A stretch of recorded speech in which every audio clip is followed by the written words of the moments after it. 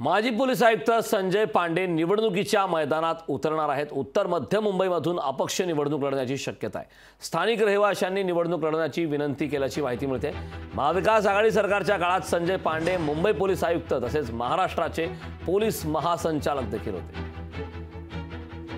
याबाबतचे ताजे अपडेट देण्यासाठी आपले प्रतिनिधी चेतन ननावरे आपल्याकडे जोडलेले आहेत। चेतन, माजी पोलीस आयुक्त संजय पांडे देखील आता निवडणुकीच्या मैदानात उतरण्याची शक्यता आहे। विशेष म्हणजे त्यांचा देखील मतदारसंघ उत्तर मध्य मुंबई असण्याची शक्यता आहे। त्या ठिकाणून ते अपक्ष निवडणूक लढतील अशी चर्चा आहे। कशा प्रकारची रंगतदार लढाई होईल जर संजय पांडे हे मैदानात उतरले तर, आणि काय सध्याचे ताजे अपडेट?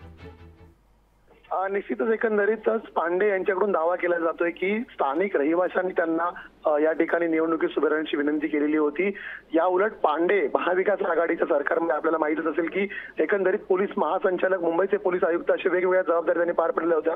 त्यांना ईडीने त्यांना एकंदरीत त्यांच्याच सरकारच्या काळामध्ये अटकही केलेली होती, ताब्यात घेतलेलं होतं आणि एकंदरीत फोन टॅपिंग प्रकरण असेल किंवा मनी लॉन्ड्रिंग प्रकरण असेल या प्रकरणामध्ये त्यांची चौकशी झालेली होती। आणि त्यावेळी भाजपच्या नेत्यांनी सडकून टीका आहे ती पांडेंवरती केलेली होती आणि पांडेंच्या आडून कुठेतरी महाविकास आघाडी सरकारने वेगवेगळ्या भाजपच्या नेत्यांना जेरबंद करण्याचा प्रयत्न केल्याचा आरोपही झालेला होता। त्यामुळे आता तेच संजय पांडे, उज्ज्वल निकम जे सरकारी वकील होते आणि कालच त्यांना भाजपने उत्तर मध्यमधून कुठेतरी उमेदवारी दिलेली आहे, त्यांच्या विरोधात आता मैदानात उतरताना पाहायला मिळणार आहेत। एकूणच आता ते अर्ज कधी भरतात हे पाहावं लागेल। तुर्तास फोनवरून त्यांनी या गोष्टीला दुजोरा दिला असला तरी अधिकृत घोषणा आपल्या उमेदवारीची संजय पांडे यांनी केलेली नाहीये।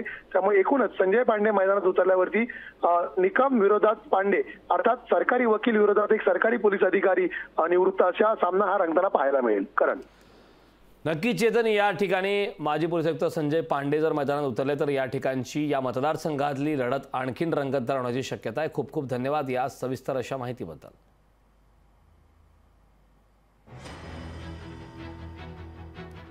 संजय पांडे निवडणुकीच्या मैदानात अपक्ष म्हणून उतरणार असल्याची शक्यता आता वर्तवण्यात येत आहे।